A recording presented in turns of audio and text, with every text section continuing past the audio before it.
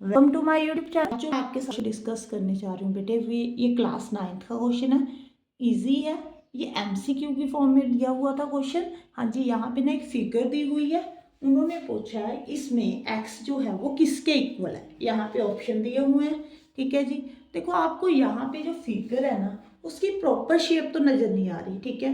देखो 4 साइडेड है, यहाँ पे अगर 4 साइडेड हो तो क्वाड्रिलेटरल भी हो सकता है, ठीक है। ट्राइंगल बना नहीं हुआ यहाँ पे, ठीक है। तो आप इसको ऐसे थोड़ी सी कंस्ट्रक्शन कर दो, फिर आपको इजी समझ में आ जाएगा। ये देखो, हाँ जी, कौन सी शेप नजर आ रही है, आप देखो।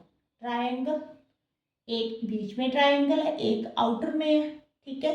आप ऐसे करो, पहले बीच वाली जो ट्रायंगल है ना उसको ले लो बेटे। कौन सी शेप है ये, पी क्यू आर, यही है ना। इसमें जो आर एंगल है वो कितना दिया हुआ, एक्स, ठीक है जी। यहाँ पे ये जो, अगर मैं छोटी शेप की बात करूँ, यहाँ पे ये वाला एंगल गिवन नहीं है ना बेटे, तो आप इसको ना अपने आप मान लो 1 2 मान लो, ठीक है जी। 1 2 मानने से इजी हो जाता है। अगर आप पूरा प्रॉपर नेम लिखोगे क्यू पी आर, ठीक है, तो उसमें बच्चे कंफ्यूज हो जाते हैं। तो मैं यही सजेस्ट करूंगी कि आपको, आप कोई भी नेम मान लिया करो। एबीसी भी मान सकते हो, बट एबीसी यहाँ पे पहले ही दिया हुआ तो 1 2 मान लेते हैं। देखो अब हम in triangle P Q R की बात करें तो उसमें सभी एंगल्स का जो सम है, ठीक है जी, वो किसके इक्वल है बेटे, 180 के। बाय कौन सी प्रॉपर्टी, एंगल सम प्रॉपर्टी किया हुआ है आपने। एंगल पी जो है 1 है, एंगल क्यू 2 है, एंगल आर कितना बेटे, एक्स, ठीक है जी। इसको एंगल 1 मान लो, एंगल 2 मान लो, ठीक है जी। अब आपने क्या करना है, 1 और 2 को लेफ्ट हैंड साइड पे रहने दो, राइट हैंड साइड को, राइट हैंड साइड में एक्स को ले जाओ, ठीक है। ये मैं बाद में बताती हूँ कि मैंने ऐसा क्यों किया, ठीक है। अब समझ में आ गया बेटे। अब आपने क्या करना है, अब आप ना जो आउटर ट्रायंगल है उसका नेम क्या है, in triangle P S Q, ठीक है जी। ऐसे पी क्यू एस भी लिख सकते हो, ये नेम मान लो, ये नेम है, ठीक है जी, ट्रायंगल का। अब देखो, जो तीनों एंगल्स है ना उनका जो सम है वो कितना है, 180। बाय कौन सी property, angle sum property, okay. अब जो एंगल पी है यहाँ पे, इसको आपने क्या माना था, 1, यहाँ पे 2 माना था। मैं अभी समझाती हूँ इसको कैसे। देखो ये एंगल पी है, ठीक है जी, ये 2 पार्ट में डिवाइड हुआ है। मान लो जो आधा पार्ट है वो 15 दिखा रहा है, ये 20। अगर आपने पूरा एंगल लिखना है तो ये पूरा जो एंगल है वो 15 + 20 35 का हुआ ना।